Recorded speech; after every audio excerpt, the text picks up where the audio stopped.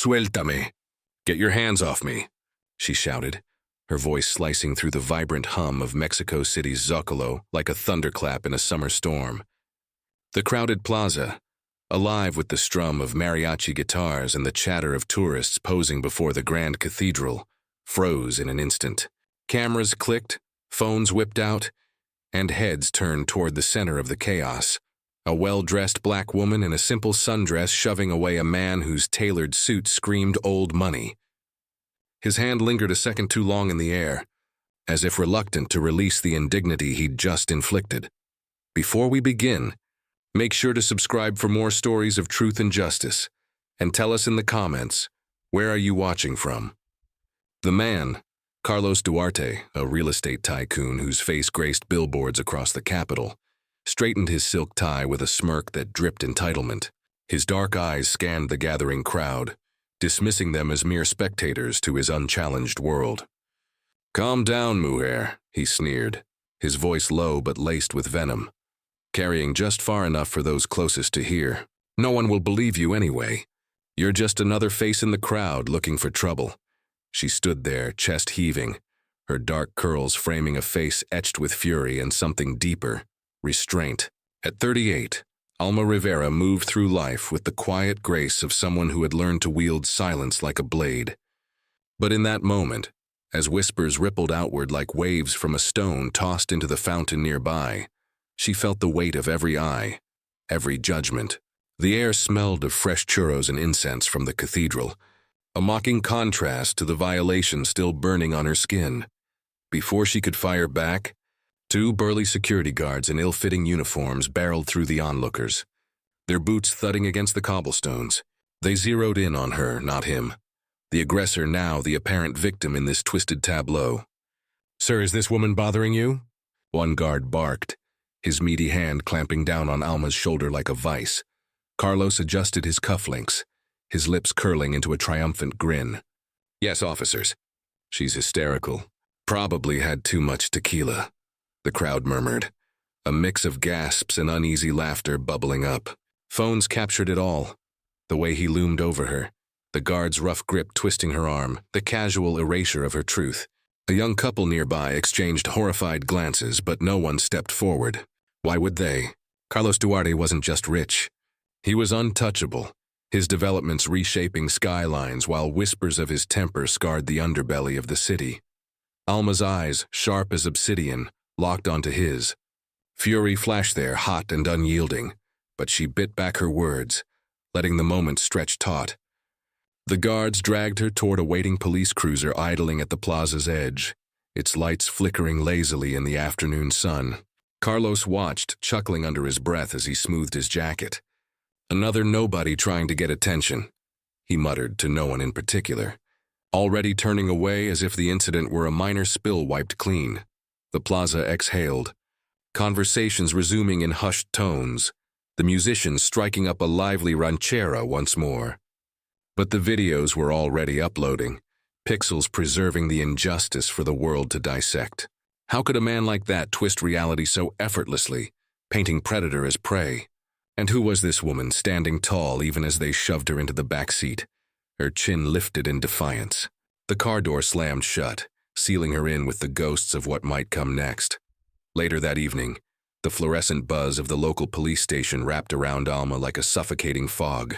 She sat on a hard metal bench in a dimly lit holding room, her sundress rumpled but her posture unbroken, spine straight, hands folded in her lap. The air reeked of stale coffee and desperation, walls scarred with graffiti from detainees long forgotten. Outside the reinforced glass door, officers lounged at their desks, their laughter echoing like distant thunder. "Did you see her face? Dramatic as a telenovela," one chuckled, a portly man with a mustache that curled like a question mark. "Women like that, always making a scene over nothing." Another, younger and leaner, leaned back in his chair, boots propped on a stack of files. "Should be flattered, really. A guy like Duarte even notices her? That's a step up from whatever slum she crawled out of." Their guffaws bounced off the tiles, oblivious to the woman on the other side of the glass, who closed her eyes and drew a slow, deliberate breath. Rage simmered beneath her calm, a volcano cloaked in mist, but she channeled it inward, letting it fuel the quiet storm brewing. In the hush of that room, her mind drifted back to the morning's warmth, a flashback unfolding like a tender reel against the harsh present. She'd slipped out of the presidential residence before dawn, craving the anonymity of the city's pulse. Dressed in jeans and a loose blouse, a wide-brimmed hat shading her features, Alma had wandered the Tianguis markets, her fingers tracing the intricate weaves of handmade rebozos. Vendors called out prices for clay pots and silver jewelry, and she'd haggled with a smile, her laughter blending with theirs. At one stall piled high with embroidered blouses, a little girl no older than 7 had tugged at her hem, eyes wide with innocent awe. "Senora, you have the kindest smile," the child had said, pressing a wilting daisy into Alma's palm. "Like the sun after rain." Alma had knelt then, tucking the flower behind the girl's ear, her voice soft as a lullaby. "And you, mi pequeña, are the flower that makes the sun shine brighter." The memory wrapped around her now, a shield of compassion against the mockery seeping through the door. It wasn't arrogance that carried her through these hours. It was the empathy forged in years of seeing the unseen, of lifting those society trampled. The door creaked open, and a stern-faced sergeant stepped in, clipboard in hand. "Name?" he demanded, not bothering to meet her eyes. She lifted her gaze, steady and unblinking. "Call me Alma," he snorted, scribbling it down. "Alma what? Last name, address? Make this easy or it'll be a long night." "Just Alma," she repeated, her tone even, laced with an undercurrent that made him pause. Outside, the officers' banter faltered for a beat. One whispered to the other, "Why isn't she scared?" Most of them beg or cry by now. Unease rippled through the station like a chill wind, the calm before the storm settling heavier with each passing minute. Alma's composure wasn't defiance. It was a mirror reflecting back the fragility of their power. Across the bullpen, the police chief, a grizzled veteran named Ramirez with salt and pepper hair and a perpetual scowl, sat hunched over his desk, sifting through paperwork. His phone trilled suddenly, an unknown number flashing on the screen. He answered with a gruff "see" and listened, his ruddy cheeks draining of color. The voice on the other end was clipped, authoritative, laced with the weight of the Palacio Nacional. Ramirez's eyes darted to the holding room, locking onto Alma through the glass. Her silhouette, bathed in the room's harsh light, suddenly seemed to loom larger, the air thickening with unspoken revelation. What call could unravel a man's certainty so swiftly, turning a routine detention into the precipice of something far greater? The next morning's sun had barely crested the horizon when Ramirez's voice crackled through the line to Carlos, who lounged on a leather chaise at his penthouse rooftop bar, overlooking the sprawl of Polanco's glittering high-rises. "We detained her, sir," the chief said, his tone oily with deference. "No need to worry. She's no one, just another agitator." Carlos swirled his mezcal, the ice clinking like mocking applause. Laughter bubbled from his throat as he glanced at his companions, 2 sycophantic executives nursing hangovers from the night before. "See, told you. Rich men always win." He leaned forward, eyes gleaming with the thrill of conquest. "Women exaggerate everything these days. Little brush and suddenly it's the end of the world. Pathetic." Across the city, in the shadowed confines of the station, Alma remained a quiet sentinel, her presence a subtle erosion of the walls around her. The holding room's clock ticked mercilessly, each second amplifying the injustice that had funneled her here. Beside her on the bench sat another detainee, a weary woman in her 40s with bruised knuckles and a faded floral dress, picked up for loitering after a domestic spat. She leaned close, voice a conspiratorial hush. "They'll let him go, you know. Men like that, they always do. The system's built for them." Alma turned, her lips curving into a soft, knowing smile that held no bitterness, only quiet certainty. "Not always," she murmured, the words hanging like a promise in the stale air. The woman blinked, searching Alma's face for cracks, but found only resolve, a depth that hinted at reservoirs untapped. In her mind's eye, the scene dissolved into a warmer memory, a cutaway to a sun-drenched balcony months earlier. President Alejandro Rivera stood before a sea of flags and fervent supporters, his voice booming through megaphones during a rally on women's rights. Tall and commanding, with silver threading his temples and eyes that burned with the fire of reform. He gripped the podium.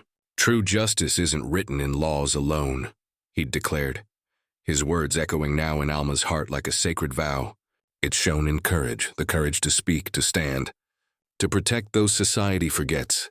She'd been there, off stage, her hand on his arm, drawing strength from his passion as he wove tales of resilience, vowing an end to the shadows that hid harassment. Back in the station's fluorescent glare, the reverie shattered as the door swung open again.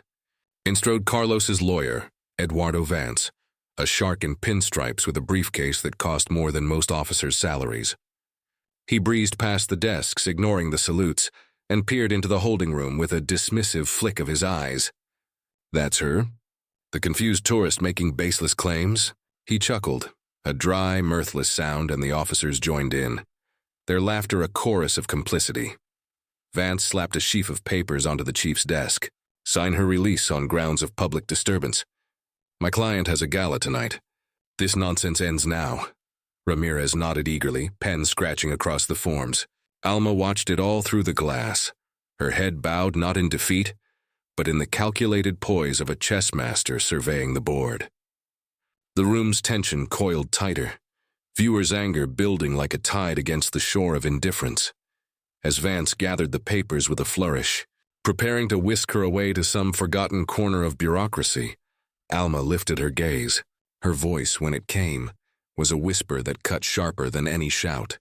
"You'll regret touching me." The words landed like a gauntlet thrown, freezing Vance mid-signature. He glanced up, irritation flickering, but she held his stare, unyielding.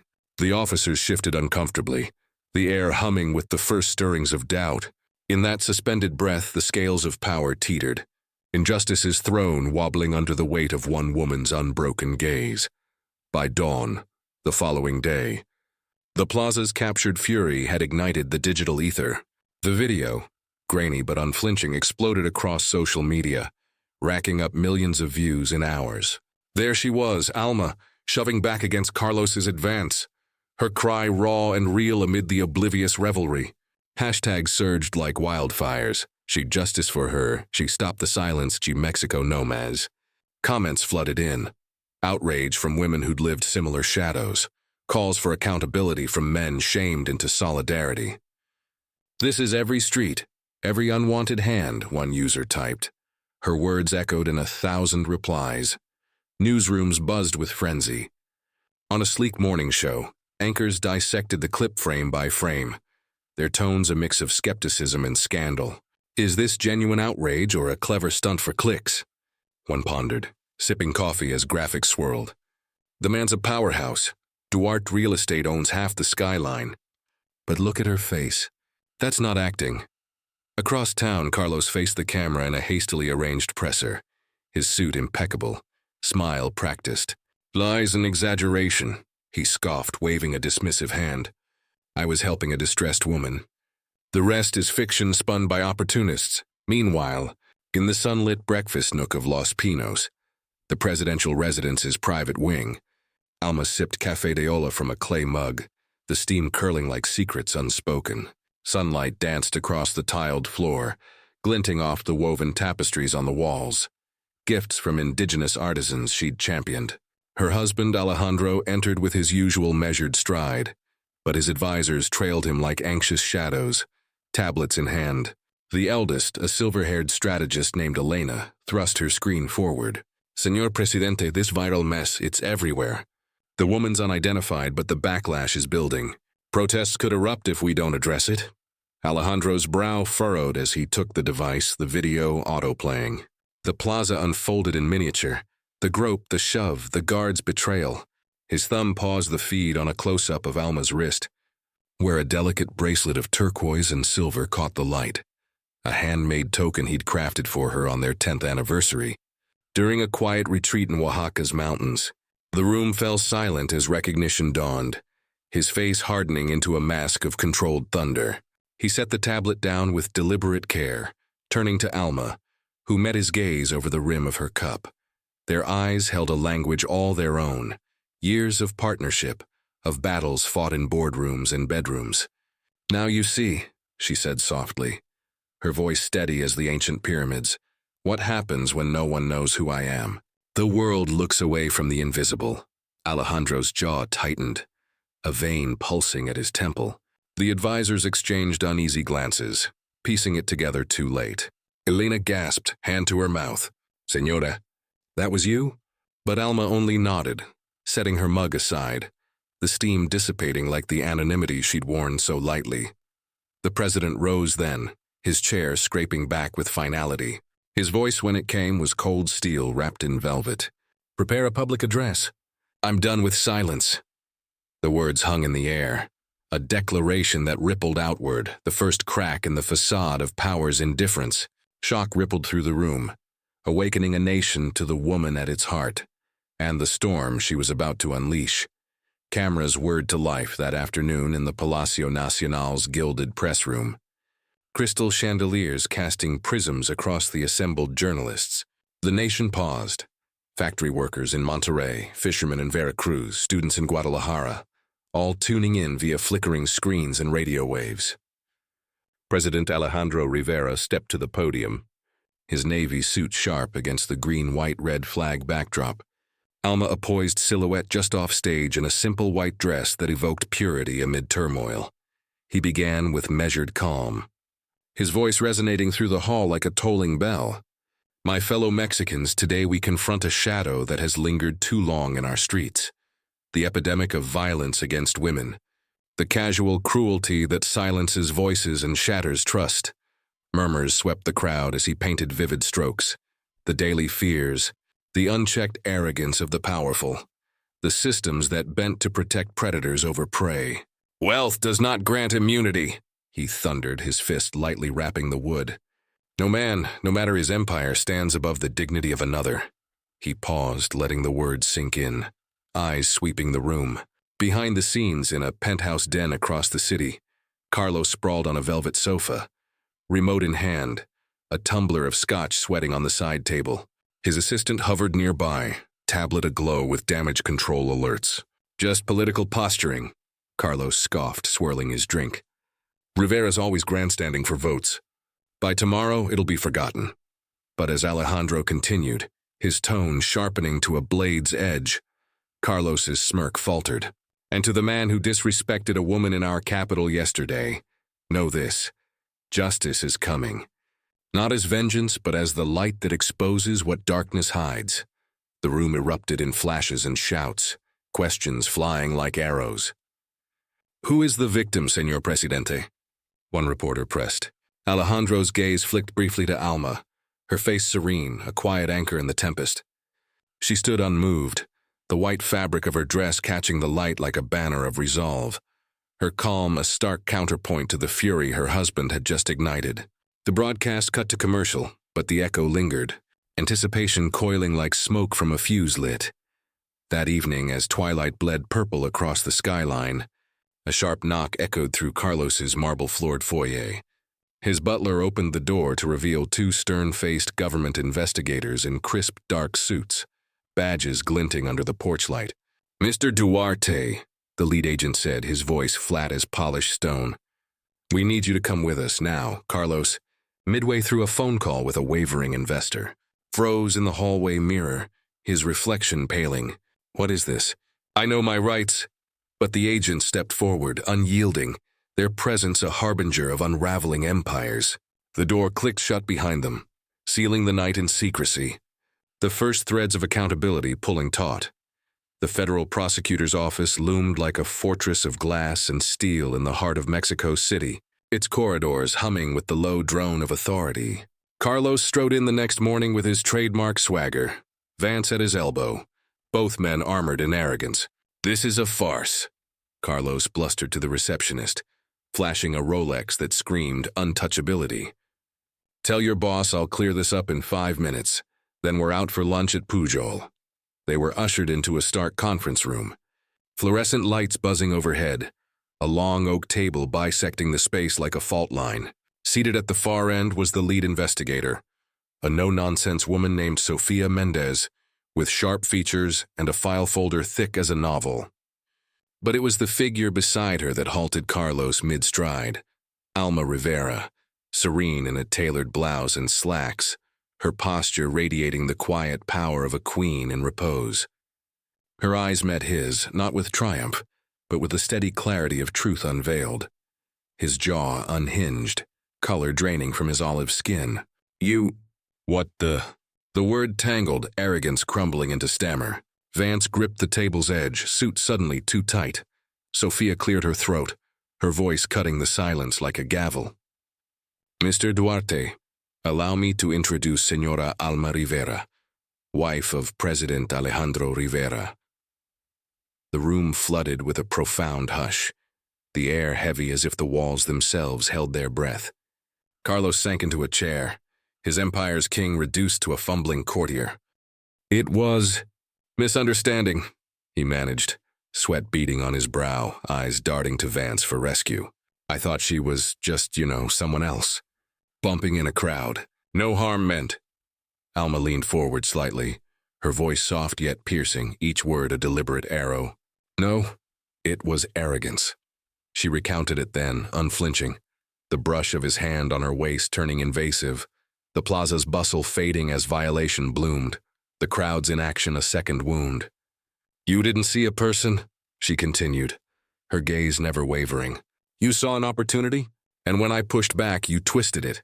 Called me hysterical, turned protectors into captors. The officers laughed, your lawyer dismissed. Every step, a humiliation layered on the first." Carlos shifted, mouth opening and closing like a landed fish. "I didn't know who you were. And that's the arrogance speaking again," Alma interjected, her tone unwavering. She paused, letting the weight settle, then delivered the line that would echo in headlines. "Men like you think respect is optional. It's not. It's the foundation of everything we build, or tear down." Sophia nodded, flipping open her file, pages rustling like dry leaves in a gale. Carlos's bravado evaporated, the room's chill seeping into his bones. Vindication rose not as a roar, but as a tide, slow, inexorable, washing away the grime of impunity. Alma's words hung, a verdict unspoken yet absolute. She turned then to Sophia, her expression resolute. "Proceed with the charges." The investigator's pen scratched across forms, the sound a dirge for the fallen mighty. Carlos's world tilted, the first domino toppling in a cascade yet to come. The revelation detonated across Mexico like a seismic wave, media outlets igniting in a frenzy of breaking news. "First Lady assaulted Tycoon Duarte unmasked," screamed headlines from Televisa to international wires. Grainy Plaza footage looped endlessly, now overlaid with Alma's identity, a montage of her charitable visits to shelters, her speeches at women's forums, her unassuming grace at state dinners. The world reeled in disbelief. How had the president's wife, a beacon of quiet strength, been reduced to a viral victim? Carlos's fortress of wealth cracked overnight. Sponsors from luxury brands severed ties with curt emails, their logos vanishing from his developments like ghosts fleeing dawn. Investors fled, stock whispers turning to shouts, his company's value plummeting in a bloodbath of red ink. Vance, ever the opportunist, cornered Alma during a preliminary hearing, his voice a wheedling plea. "Senora, he didn't know who you were. Mercy, for old alliance's sake." She regarded him coolly, the courtroom's oak benches creaking under the weight of onlookers. "That's the point," she replied, her words slicing clean. "Ignorance of a woman's worth doesn't excuse the crime. It indicts the blindness." Vance recoiled, the gallery erupting in murmurs of approval. Public outrage swelled into a chorus. Women flooded streets and timelines, sharing scars long buried. Whispers of gropes in metros, leers in markets. Justices denied. Alma's poised interview on national TV, aired prime time, captivated millions. Seated against a backdrop of blooming bougainvillea, she spoke without notes, her voice a balm and a blaze. "Power doesn't protect you," she said, eyes locking with the lens as if addressing each viewer personally. "Character does, and when character fails, it's the collective courage that rebuilds." The quote ricocheted, emblazoned on murals and memes, a rallying cry for reform. Protests bloomed in plazas nationwide, candles flickering for the silenced. Emotional tides surged, tears in living rooms, fists raised in solidarity. Justice not just served, but savored in the sweetness of reckoning. As the hearing adjourned, a persistent journalist thrust a microphone forward, her eyes alight with the story's fire. "Senora Rivera, do you forgive him? After all this, could you?" Alma paused on the courthouse steps, the sun gilding her curls, cameras crowding like supplicants. She turned to the lens, her expression a tapestry of grace and grit. "Forgiveness is not forgetting," she said, voice steady as the Sierra Madre. "It's remembering and choosing strength." The words lingered, a mic drop in the annals of moral thunder, propelling the narrative toward its dawn. Weeks unfurled like petals in the spring rain. And Alma returned to the Zocalo on a crisp Saturday morn, the plaza transformed. Banners fluttered from lampposts, emblazoned with "Ice Alma Act Now," while survivors' murals splashed color across the cathedral's shadow, faces of women, fierce and free. The same street musicians tuned their guitars, but their melodies now wove threads of triumph, not idle cheer. The crowd parted as she approached, applause rising like a warm embrace. A little girl, perhaps the same from that fateful market day, wove through legs with a red rose clutched in her fist, thorns trimmed but spirit intact. She extended it shyly, eyes shining. "For you, La Dama Valiente," she whispered. Alma knelt, accepting the bloom, its petals velvet against her skin. "Thank you, mi flor," she murmured, tucking it into the girl's hair. "Remember, your voice is the strongest song." As the musicians struck up a gentle son jarocho, Alma stepped to a makeshift podium of woven baskets, the crowd encircling her in quiet reverence. She gazed into the sea of faces, tourists, locals, survivors, and let her voice carry over the notes, soft yet soaring. "We teach people how to treat us by what we tolerate," she said, the words of voiceover threading through the scene, intimate as a confession. "Never stay silent. Your truth is the light that banishes shadows." The moment dissolved into a black and white montage, time compressing injustice's fall. Carlos in handcuffs, his smirk shattered as the gavel fell. 5 years, plus reparations, the judge's voice a hammer on anvil. Cut to Ramirez and his officers, badges stripped in a disciplinary hearing, their laughter silenced by accountability's sting. New laws stirred in congressional halls, whispers of reform hardening into bills, mandatory training for police, swift trials for assault, funds for shelters blooming like desert flowers after rain. The reel faded to vibrant life once more, the screen swelling with Alma beside Alejandro on a grand stage, the presidential seal gleaming under spotlights. He signed the Alma Act with a flourish, pen gliding across parchment as cheers thundered. Stricter penalties for sexual assault etched the page, clauses against police negligence binding the ink. Alma's hand rested on his shoulder, their shared glance a silent vow renewed, partners in the forge of a better dawn. In the quiet that followed, as confetti rained and flashes popped, Alma's reflection lingered. A woman who turned violation into velocity, silence into symphony. Never underestimate a woman's silence. Sometimes it's not surrender, it's strategy.